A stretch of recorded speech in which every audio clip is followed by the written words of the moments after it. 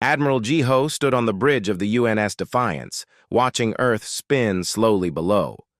The blue planet looked peaceful from orbit, just like it had every other day for the past 3 years.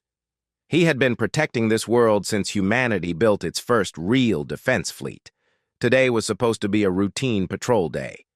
The alarm changed everything. "Sir, we have contacts," the young officer at the sensor station called out. Her voice shook slightly. "Multiple contacts, coming out of dark space." Jiho moved to her station quickly. The screen showed something impossible. Dozens of ships, each one larger than anything humanity had ever built, appeared in space around Earth. They came from nowhere, like ghosts materializing in the darkness. These were not human ships. "Battle stations," Jiho ordered. His voice stayed calm even though his heart pounded. "Send the alert to all defense platforms. Get me a count on those ships." The bridge erupted into controlled chaos. Officers ran to their posts, screens lit up with tactical data. The count kept rising. 20 ships, 30, 50. The alien vessels formed a perfect sphere around Earth, blocking every escape route. "Sir, they're charging weapons," another officer reported. Jiho opened communications to the fleet. "All ships, this is Admiral Jiho. We have hostile contacts. Prepare for engagement. Protect the planet at all costs." The alien ships fired first. Massive beams of purple energy lanced down from orbit. They struck Earth's surface with terrible precision. Jiho watched in horror as Seoul disappeared under a bloom of fire. Then Tokyo. Then New York. The cities vanished in seconds, replaced by expanding circles of destruction that swallowed everything. "Return fire!" Jiho shouted. "Hit them with everything we have!" The defense fleet launched their missiles. Railgun rounds streaked through space. Laser batteries fired until they overheated. For a moment, Jiho hoped they could make a difference. Then he saw the shields. Every human weapon splashed harmlessly against invisible barriers surrounding the alien ships. The aliens fired again. London burned. Mumbai turned to ash. The death toll climbed into millions, then billions. Jiho could only watch as humanity's greatest cities died one by one. "Sir, the planetary defense platforms are gone," his tactical officer reported. "We lost contact with the moon base. The Mars colony isn't responding." Jiho gripped the edge of his command console. His knuckles turned white. This was not a battle. This was an execution. "Admiral, we're being hailed," the communications officer said.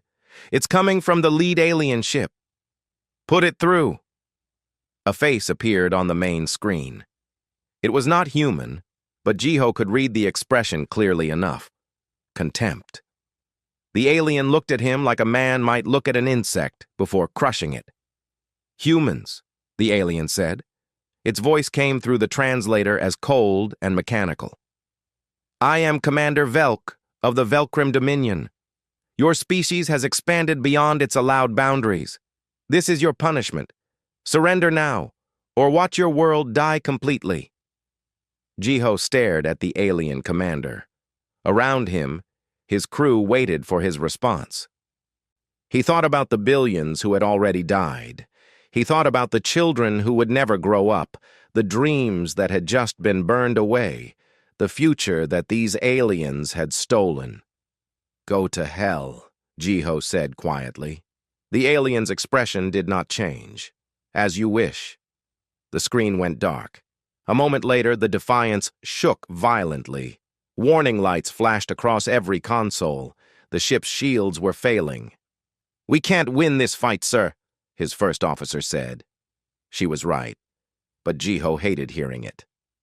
"I know," he replied, "but we can buy time. Order all remaining ships to scatter. Make them chase us. Every minute we keep them busy is another minute for survivors to reach the bunkers." The fleet broke formation.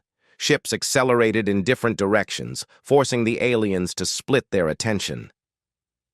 It was a desperate move, but desperation was all they had left. The Defiance took another hit.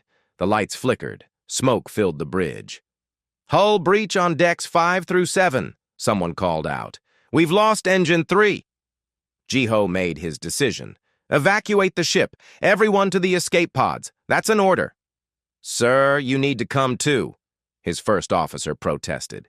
"I will, but you go first. Make sure everyone gets out."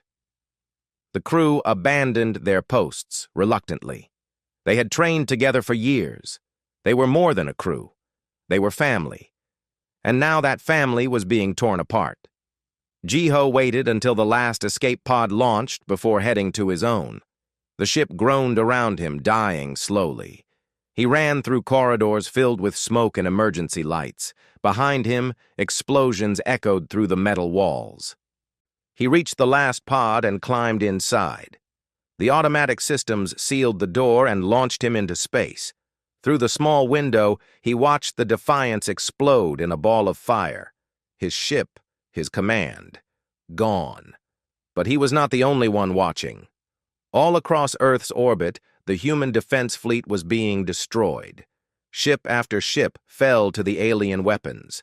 The escape pods scattered in every direction, tiny metal seeds carrying the last defenders of humanity. The aliens did not pursue the pods. They were too busy finishing their work on Earth. The bombardment continued for hours. By the time the alien fleet finally stopped firing, most of Earth's surface was burning. The oceans boiled, the atmosphere filled with ash and dust. Jiho's escape pod drifted in the darkness. Its power was failing. The life support system beeped a warning. He had maybe 6 hours of air left. But he was alive. Somehow, impossibly, he was still alive.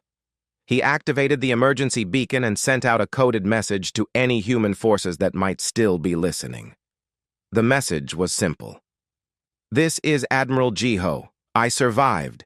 If you can hear this, stay alive. Stay hidden. This is not over. We will fight back." He did not know if anyone would receive his message. He did not know if there was anyone left to fight. But he knew one thing with absolute certainty. The aliens had made a terrible mistake. They had attacked humanity's home. They had killed billions of innocent people. They had started a war they thought would end quickly.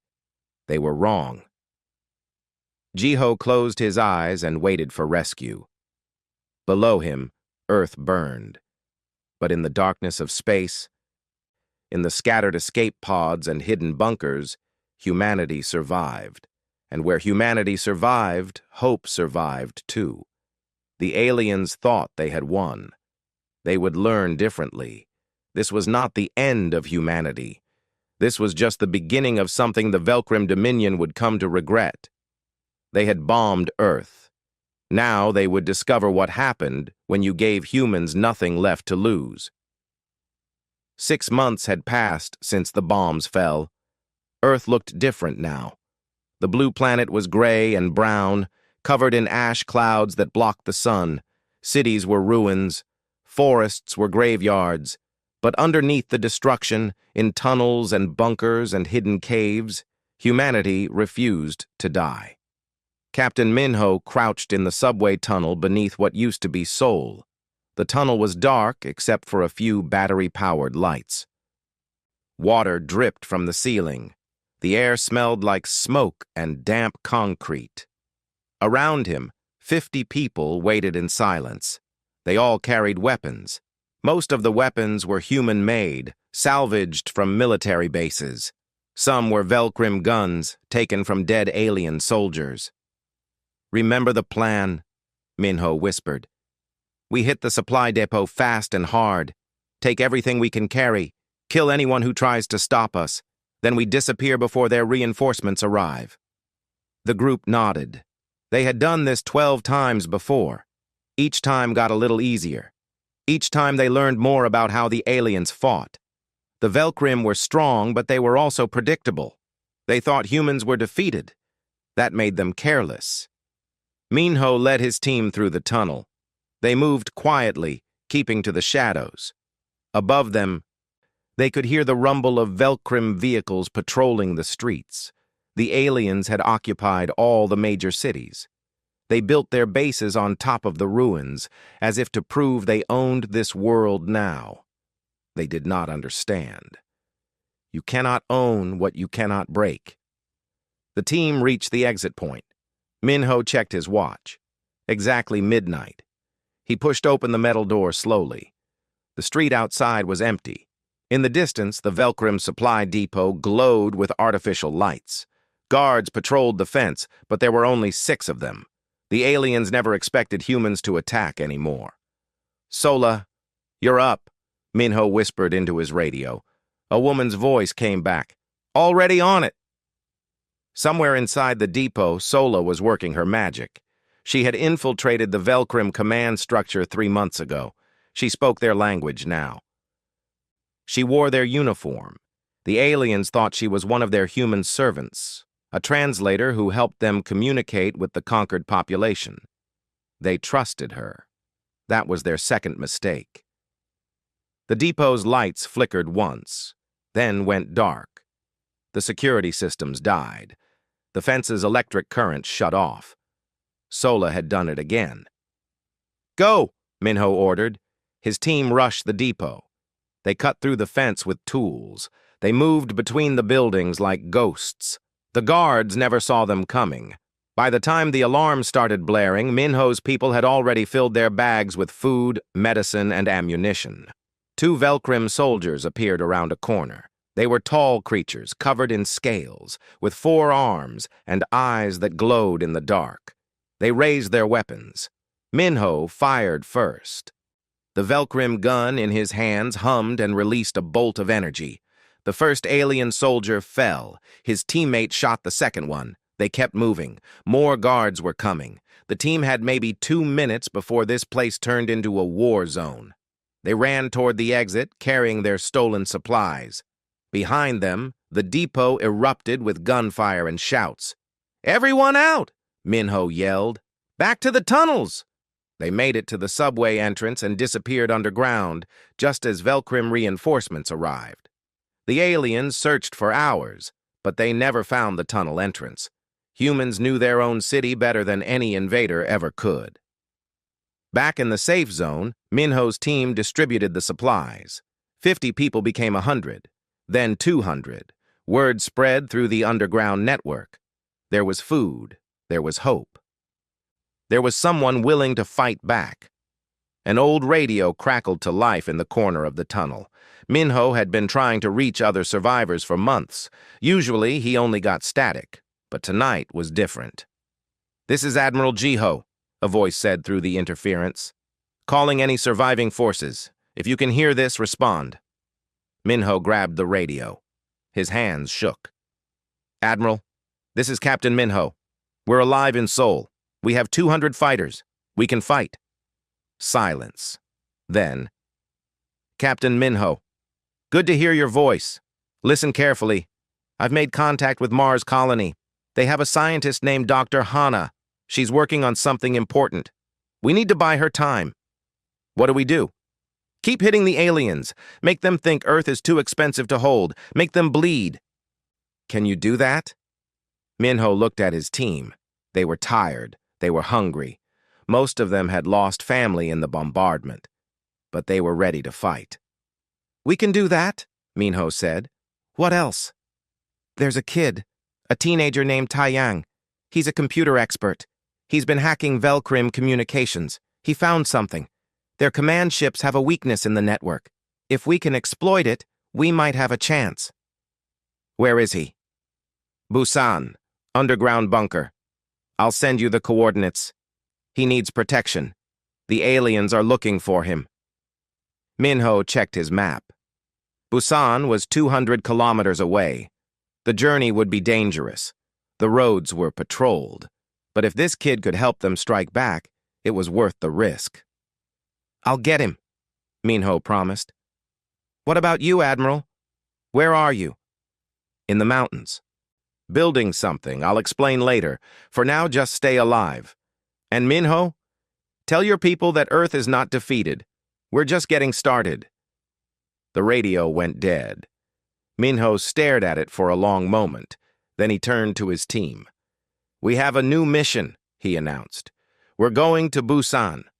We're going to find someone who can help us hurt these aliens where it really matters." The team prepared to move out.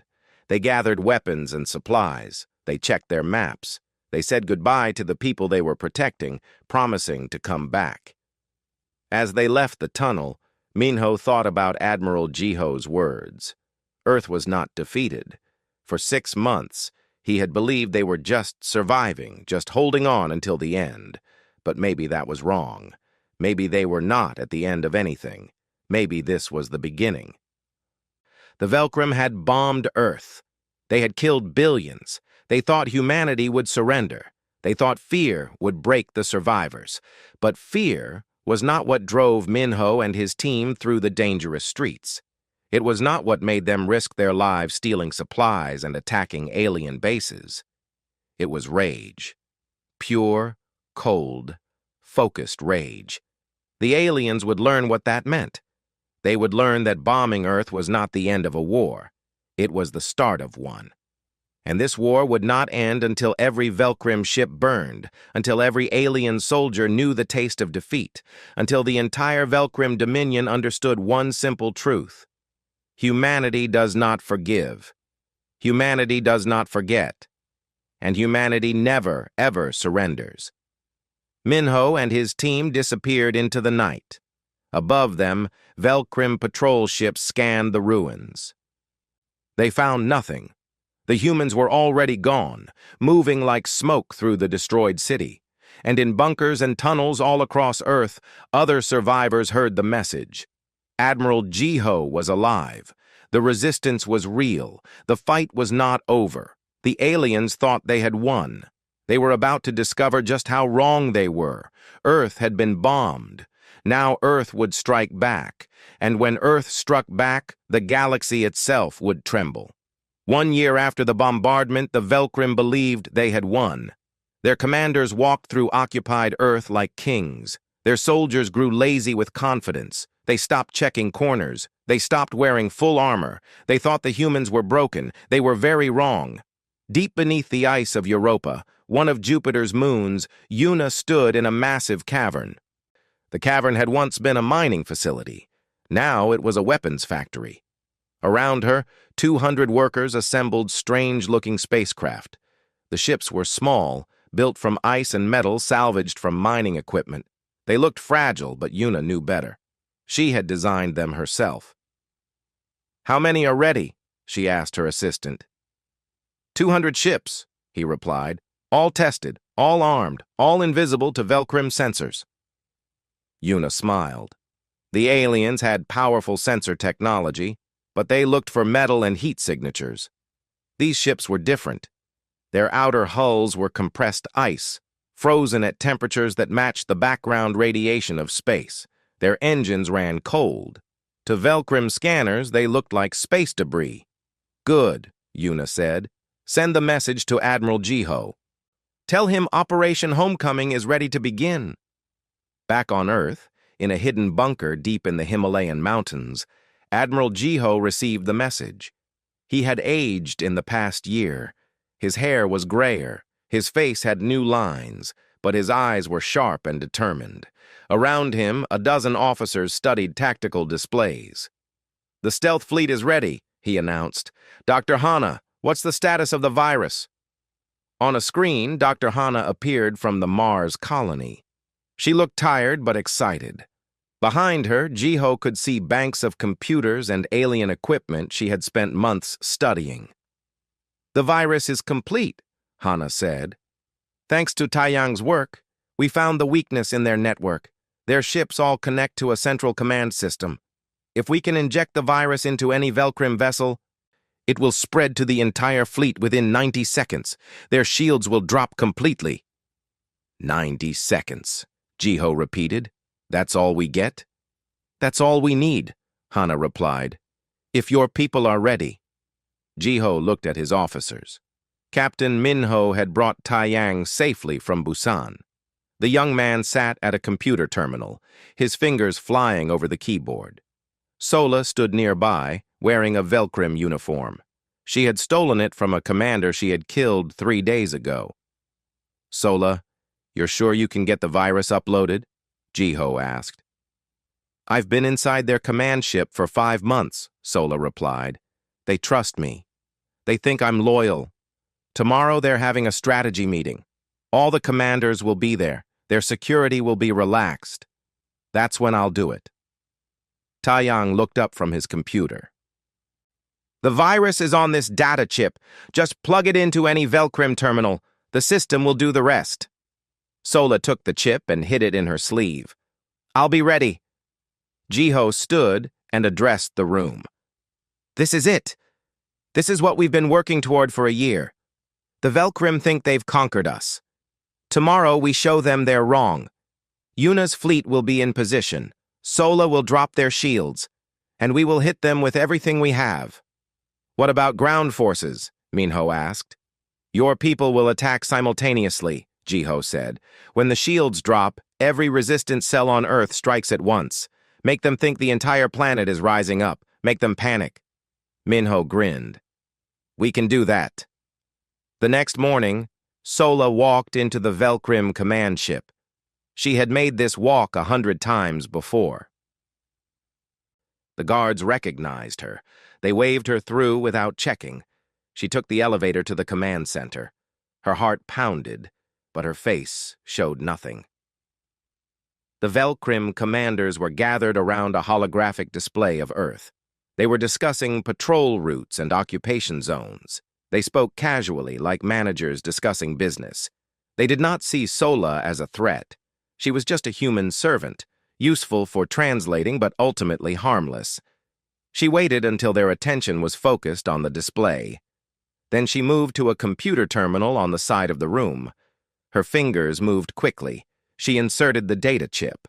The terminal beeped once, accepting the foreign device. What are you doing? A Velcrim officer asked. Sola turned and smiled. Just updating the translation files, sir. It will only take a moment. The officer nodded and returned to the meeting. On the screen, status bars filled rapidly. The virus was uploading. 10 seconds, 20, 30. Sola's hands were steady, but inside she was counting every heartbeat. 60 seconds. The upload completed. The data chip ejected automatically. Sola caught it and slipped it back into her sleeve. Upload complete, sir, she said brightly. The translators should work better now. Good. Now leave us. This is a private meeting. Sola left the command center and walked calmly to the elevator. Only when the doors closed did she allow herself to breathe. She pressed the button for the docking bay. She had a small shuttle waiting, part of her cover story. She needed to be off this ship when everything started. Above Earth's orbit, the virus spread through the Velcrim fleet network like wildfire. It moved invisibly, hiding in normal communications traffic. The Velcrim systems did not detect anything wrong. Within 90 seconds, every ship in the fleet was infected. In space, Yuna's stealth fleet drifted into position. 200 ice ships, invisible to scanners, surrounded the Velcrim vessels. The pilots waited in silence. They had trained for this moment. They knew they might not survive, but they also knew that billions of their people had already died. This was for them. All ships, Yuna's voice came through their headsets. Stand by. Wait for the signal. Taeyang sat at his computer terminal in the Himalayan bunker. His screen showed the Velcrim fleet network. Green lights indicated active systems. He took a deep breath and pressed a button. Virus activated, he said. Shields dropping in 3, 2, 1. Every green light on his screen turned red. In space, the shields around the Velcrim ships vanished. For exactly 90 seconds, the most powerful fleet in the galaxy was completely defenseless. All ships, fire! Yuna ordered. 200 ice ships opened fire at once. Missiles streaked through space. Energy weapons carved through Velcrim hulls like paper. The aliens scrambled to respond, but their shields refused to activate. Their weapons systems glitched. Their communications went dark. 4 Velcrim command ships exploded in the first 30 seconds. 6 more followed. The aliens tried to retreat, but the stealth ships pursued them, firing continuously. On Earth, Captain Minho received the signal. "Now!" he shouted, all across the planet. Resistance cells attacked simultaneously. In Seoul, Minho's forces stormed a Velcrim garrison. In London, survivors emerged from the ruins and attacked supply depots. In Tokyo and Mumbai, in every occupied city, humans rose up with fury. The Velcrim ground forces were caught completely by surprise. They had grown comfortable. Now they were dying. The battle lasted 6 hours. When it ended, 40% of the Velcrim orbital fleet was destroyed. Ground forces across Earth were in retreat. The aliens had finally realized what they were facing. A planet full of survivors who had spent a year planning revenge. Admiral Jiho watched the battle reports with satisfaction. "Send a message to all Velcrim forces," he ordered. "Tell them this was just the beginning. Tell them Earth fights back." The message was broadcast on all Velcrim frequencies. It was simple and clear. "You bombed our world. You killed our people. Now you see what happens. This is only the start. Leave Earth now, or face extinction." The Velcrim did not leave. Instead, they called for reinforcements. Their pride would not allow retreat. They could not accept that humans, primitive humans, had hurt them so badly. That pride would cost them everything. In her lab on Mars, Dr. Hana smiled as she watched the battle reports. The modified FTL drives were ready. The new weapons were tested. Humanity had struck its first blow. Now it was time to take the fight beyond Earth. On Europa, Una began building more ships. 200 had been enough to win one battle. For the war ahead, they would need thousands. In Seoul, Minho cleaned his gun and prepared for the next fight. The aliens would return stronger, but so would humanity. And in space, drifting among the wreckage of Velcrim ships, survivors floated in escape pods. They broadcast desperate messages to their commanders. But the messages all said the same thing. The humans had fought back. Earth was not defeated. The war had truly begun. The Velcrim reinforcements arrived 3 weeks after humanity's first strike. They came with twice as many ships, expecting to crush the human resistance quickly. What they found instead was a trap. Admiral Jiho stood on the bridge of a ship built from salvaged Velcrim and human technology. The ship had no official name yet. The crew just called it Revenge. It was one of 50 vessels that humanity had assembled in the past year. They were not pretty ships. They were built for one purpose: to kill. "Enemy fleet entering Earth orbit," the sensor officer reported. "Count is 120 ships." Jiho nodded calmly. "Let them come. Sola, are you ready?" On another ship nearby, Sola sat in front of a communication console. She had broadcast herself into the Velcrim network, pretending to be a stranded officer from the destroyed fleet. The aliens believed her. They always did. "Ready, Admiral," Sola replied. "They think I'm giving them tactical information about human positions. Instead, I'm sending them straight into our kill zone." "Good. Dr. Hana, what's the status of the new drives?" On Mars, Hana checked her instruments. "The rapid jump FTL system is online across all vessels. We can jump without the standard charge time. They'll never see it coming." Jiho smiled. The Velcrim FTL drives needed 12 hours to charge between jumps. It was a fundamental limitation of their technology. Dr. Hana had found a way to bypass that limitation. Human ships could now jump every few minutes. It was a massive advantage. "All ships, prepare for engagement," Jiho ordered. "Remember the plan. Hit fast. Jump away. Hit again. Don't give them a stationary target." The Velcrim fleet moved into orbit, following Sola's false intelligence. They positioned themselves exactly where Jiho wanted them. Their shields were up. Their weapons were charged. They were ready for a fight. They got one.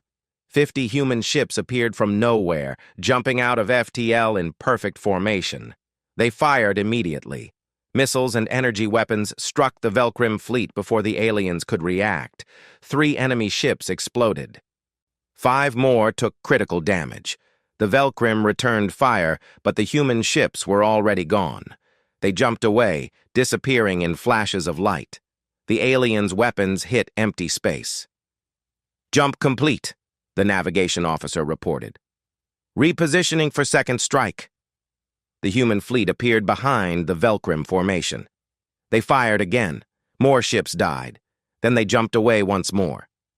The Velcrim commanders were confused. How were humans jumping so quickly? It should be impossible. But impossible or not, it was happening. And with each jump, more Velcrim ships burned. "They're trying to retreat," the sensor officer said. "The enemy fleet is falling back." "Don't let them," Jiho commanded. "All ships, pursuit pattern. Keep jumping, keep firing. Don't give them a moment to think."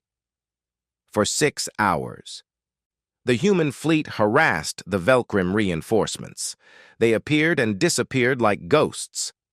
The aliens could not predict where they would strike next. Panic spread through the Velcrim ranks. Captains gave conflicting orders. Ships collided trying to avoid human attacks. By the end of the day, 30 Velcrim ships were destroyed. Another 20 were badly damaged.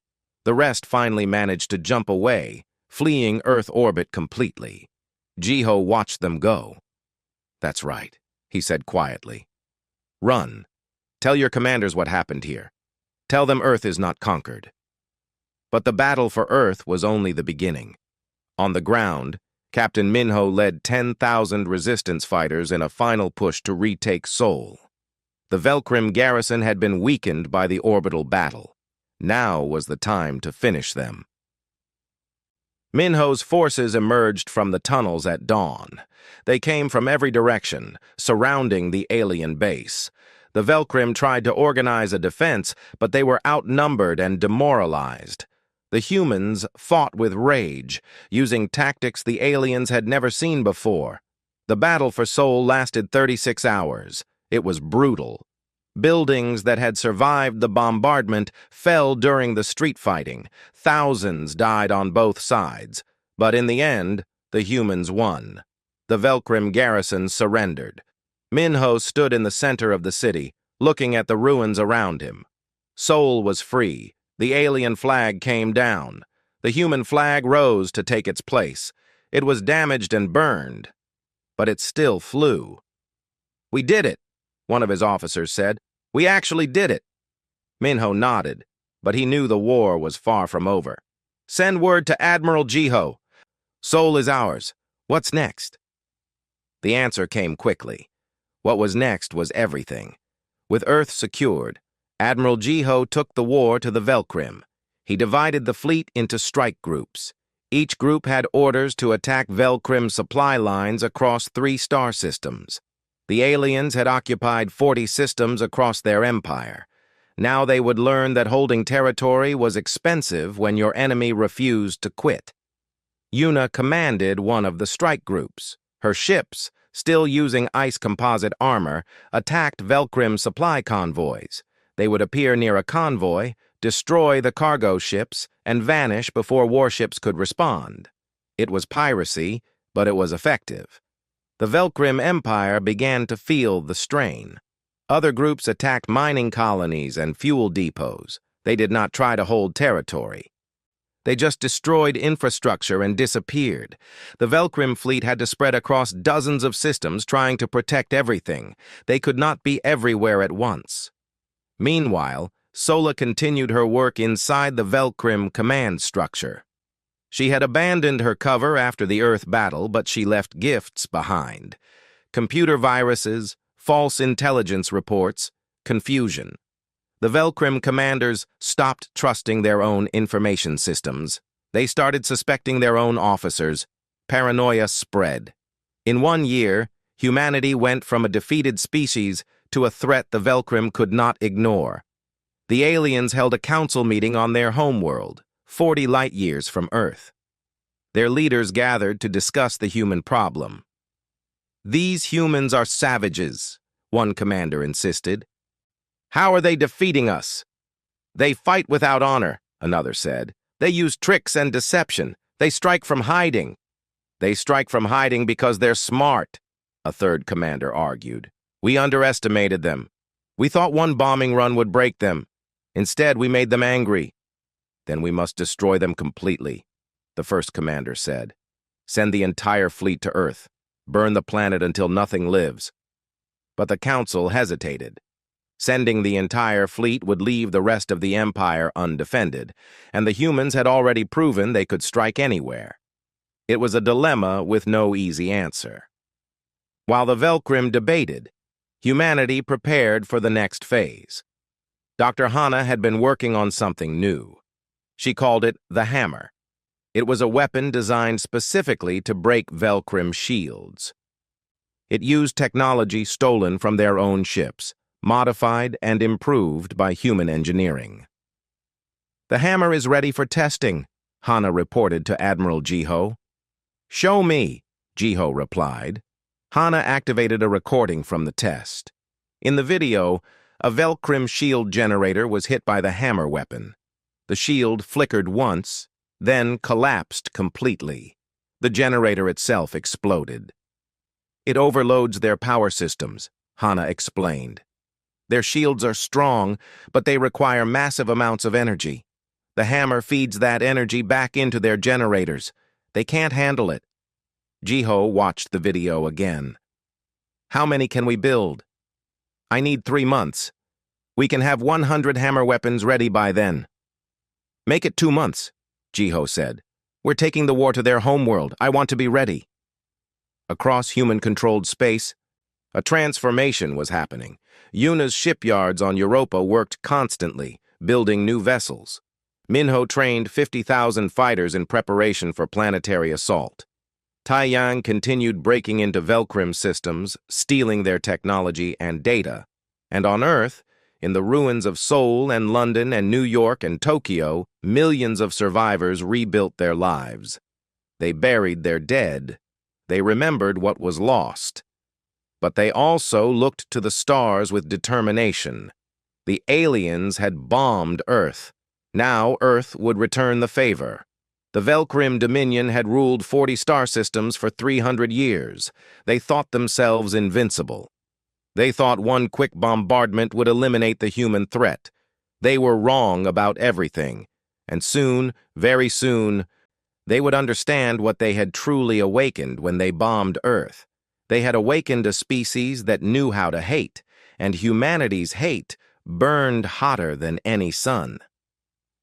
2 years after the bombardment, the human fleet arrived at the Velcrim homeworld. 500 ships emerged from FTL in perfect formation, surrounding the planet like a steel net. Admiral Jiho stood on the bridge of the Revenge, watching the enemy world spin below. It looked peaceful, beautiful even. But he remembered what Earth had looked like before the bombing. He remembered the billions who died. "Open a channel to the planet," Jiho ordered. "All frequencies. I want everyone down there to hear this." The communication officer nodded. "Channel open, sir." Jiho took a breath and spoke. His voice was broadcast across the entire Velcrim homeworld. Every screen, every radio, every communication device carried his message.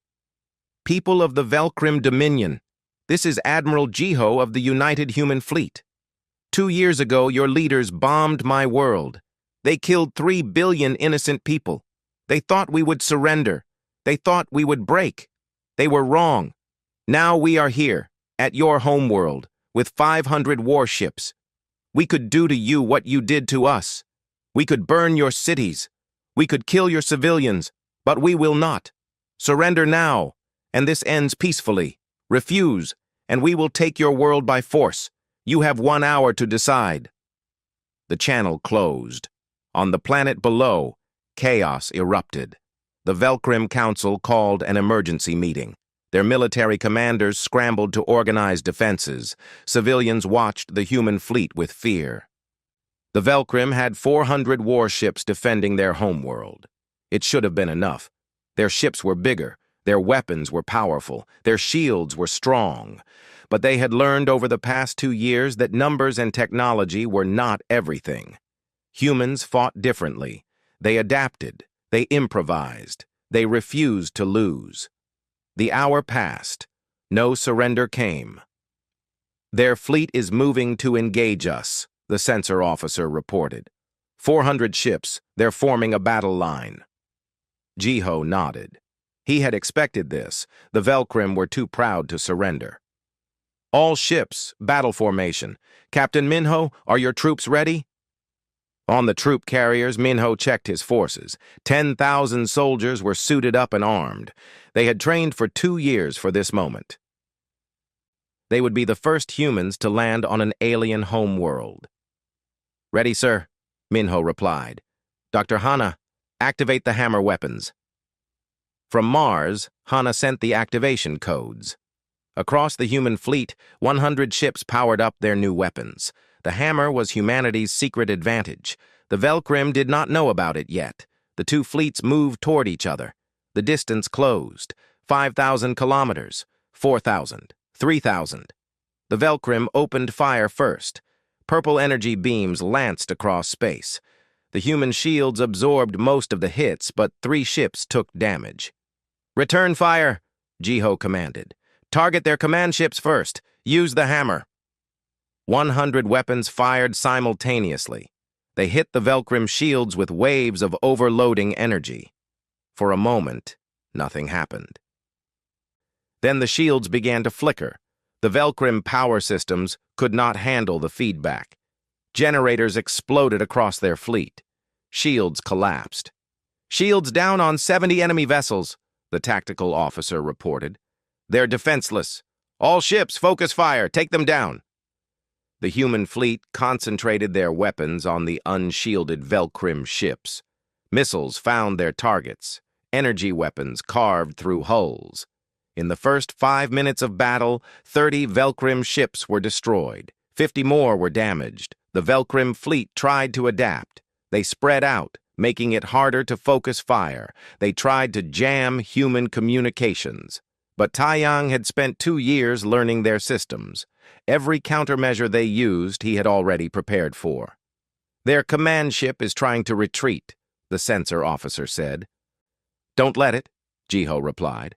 "Sola, can you stop them?" Sola had been quiet during the battle, working at her console. Now she looked up and smiled. "Already done. I just disabled their FTL drive. They're not going anywhere."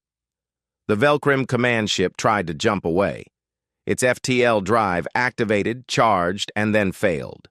The ship was trapped. "Target that ship," Jiho ordered. "I want prisoners. Hit their engines, but don't destroy it." The Revenge moved forward, firing precisely. The shots disabled the command ship's engines without killing the crew. Within minutes, the Velcrim flagship was dead in space. The rest of the Velcrim fleet saw their command ship captured and their formation collapsing. Discipline broke. Some ships tried to flee, others kept fighting. A few even surrendered, broadcasting white flag signals that Taiyang had taught them during his propaganda broadcasts. The battle lasted 6 days. It was not a quick fight. The Velcrim defenders fought hard for their homeworld. But they were fighting a human fleet that had been forged in the fires of Earth's destruction. Every human pilot remembered the bombardment. Every soldier carried the memory of loss. That made them dangerous. By the 6th day, the Velcrim fleet was reduced to less than 100 functional ships. The rest were destroyed or captured. Admiral Jiho broadcast another message. "Velcrim defenders, you have fought bravely, but you cannot win. Surrender now. Let us end this without more death." This time, they listened. The remaining ships powered down their weapons. On the planet below, the Velcrim Council finally accepted reality. They agreed to talk. Jiho went down to the planet with an honor guard of 50 soldiers. Captain Minho led the guard. They landed in the capital city, a massive metropolis of silver towers and green parks. Velcrim civilians watched them with fear and curiosity. These were humans. The species they thought was primitive. The species they tried to exterminate. And now these humans had conquered them. The Velcrim Council met in a great hall. 7 members sat on elevated thrones, looking down at Jiho. Even in defeat, they tried to maintain their pride. "You have won," the council leader said. "What are your terms?" Jiho stood alone before them. He was tired. His body ached from 2 years of constant war, but his voice was strong. "First, your military is disbanded. All warships are surrendered to human forces. Second, you will pay reparations to help rebuild Earth. Third, all occupied human territories are returned immediately. Fourth, you will sign a treaty recognizing humanity as equals, not subjects." "Equals?" one council member scoffed. "You would put yourself on our level?" Jiho's eyes hardened. "We are not on your level. We are above it. You bombed our world and thought we would die quietly. Instead, we destroyed your empire. We proved that technology and numbers mean nothing without the will to fight. You have lost that will. We never will." The council members looked at each other. They had no choice. They signed the treaty. But Jiho had one more requirement. "There is a young man named Junho in my delegation. He is a diplomat. He will remain here as humanity's representative. You will work with him to ensure peace between our species. If you break this peace, we will return, and next time, we will not be merciful." The Velcrim agreed to everything. They had learned their lesson. You do not attack humanity and expect to survive. Captain Minho and his soldiers occupied key positions across the Velcrim homeworld, not as conquerors, but as peacekeepers. Minho made sure his troops followed strict rules. No violence against civilians. No looting. No revenge. The Velcrim had bombed Earth, but humanity would not become what they had fought against. Yuna's stealth fleet remained in orbit, watching. If the Velcrim tried anything, they would know. But the aliens seemed genuinely defeated. They had learned what happened when you underestimated humanity. Dr. Hana left Mars and came to the Velcrim homeworld. She wanted to study their technology libraries. With their knowledge combined with human innovation, the possibilities were endless. Medicine, engineering, space travel, humanity would advance by centuries. Taiyang stayed on Earth, helping to rebuild the communication networks. The young man who had been a teenager when the war started was now a legend. His hacking had saved thousands of lives. His skills had helped humanity win. Admiral Jiho returned to Earth 6 months after the victory. A memorial had been built in orbit, a ring of light that displayed the names of the 3 billion who died in the bombardment. Jiho stood on an observation platform, watching the memorial slowly rotate. "We did it," Sola said, standing beside him. "We won." "We survived," Jiho corrected. "That is not the same as winning." "What will you do now?" Jiho thought about that. He had spent 2 years fighting. Before that, he had spent years protecting. He did not know how to be anything else. "I will help rebuild," he finally said. "Earth needs that more than it needs soldiers now." 50 years passed. Earth recovered. The gray skies cleared. Forests grew again. Cities rose from the ruins, bigger and better than before. The colonies on Mars and Europa expanded. Humanity spread across the stars, building new worlds. The Velcrim kept their treaty. They became allies, though an uneasy ones. The older generation remembered the war. The younger generation learned about it in schools. They learned what happened when you attacked humanity. They learned that humans were not to be trifled with. Dr. Hana, now old and gray, taught at the Admiral Jiho Memorial Academy. Young cadets came from across human space to learn from her. She taught them engineering, physics, and tactics, but most importantly, she taught them history. "Remember," she would say at the end of every lecture, "what they did to us. Remember what we did in return. Remember that humanity does not break. We bend, we adapt, and we come back stronger." The Velcrim learned this lesson. Let us hope the rest of the galaxy learns it too, so no one else has to die. The students would listen carefully.